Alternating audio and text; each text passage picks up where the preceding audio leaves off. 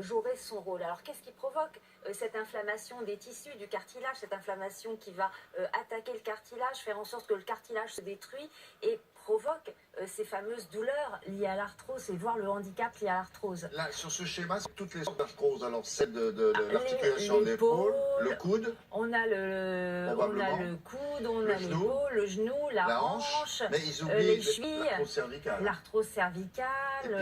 On peut avoir de l'arthrose là où il y a du cartilage dans le corps, c'est-à-dire dans toutes les articulations. Des chercheurs anglais viennent de mettre en cause, dans une étude qu'ils viennent de publier, viennent de mettre en cause le mode de vie, c'est-à-dire la sédentarité et un mauvais régime alimentaire qui serait à l'origine de cette inflammation responsable de l'arthrose. Pour quelles raisons? On regarde.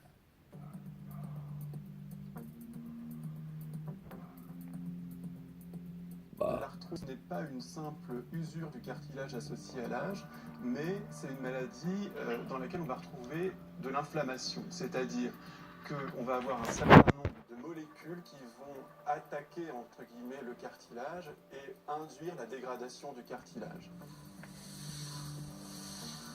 Un des plus grands facteurs de risque de l'arthrose, c'est l'obésité et le vieillissement.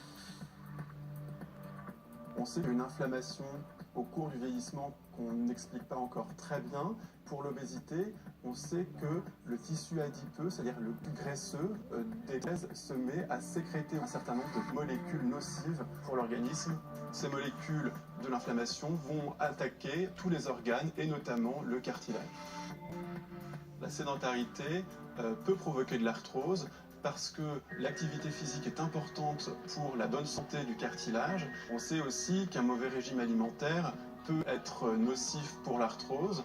Le manque d'activité physique et un apport trop riche en sucre ou en graisse vont favoriser encore ces maladies comme l'obésité ou le diabète qui vont, par le biais de l'inflammation, avoir des répercussions donc directes sur le cartilage. En 2017, tous les spécialistes accordent à dire que le premier traitement de l'arthrose, ça va être des mesures hygiéno-diététiques, c'est-à-dire de l'activité physique adaptée et un régime alimentaire équilibré. L'activité physique adaptée, ça va être du cas par cas, c'est-à-dire qu'on va voir en fonction de ce que peut faire le malade avec ses douleurs, quelle activité physique il va pouvoir faire. Les objectifs sont doubles. D'une part, perdre du poids et ensuite renforcer par exemple les muscles autour de l'articulation touchée pour stabiliser l'articulation et limiter les douleurs.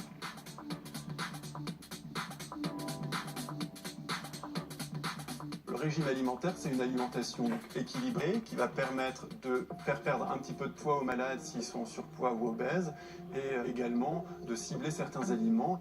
Dernièrement, on a appris qu'un régime riche en fibres pouvait être associé à de moindres douleurs au cours de l'arthrose. Ces mesures d'hygiène de vie ont fait leurs preuves quant à l'amélioration des douleurs et de la qualité de vie chez les malades. Si ce n'est pas une maladie du vieillissement, ou si ça n'est pas que une maladie du vieillissement, elle peut être évitée? Et oui, on l'a vu dans le reportage, hein, le mode de vie, l'hygiène de vie, c'est le premier traitement de l'arthrose, mais c'est aussi la première action de l'arthrose. Donc avec un mode de vie sain, activité physique, régime alimentaire équilibré, on rentre dans la prévention de l'arthrose, qui est quand même une maladie, je rappelle, qui peut provoquer du handicap et altérer très fortement la qualité de vie, y compris chez des personnes parfois plus jeunes qu'on ne le pense, parce que l'arthrose peut survenir aussi chez des personnes de 40 ou 50 ans. Merci Brigitte, à tout à l'heure. La météo maintenant avec Nathalie.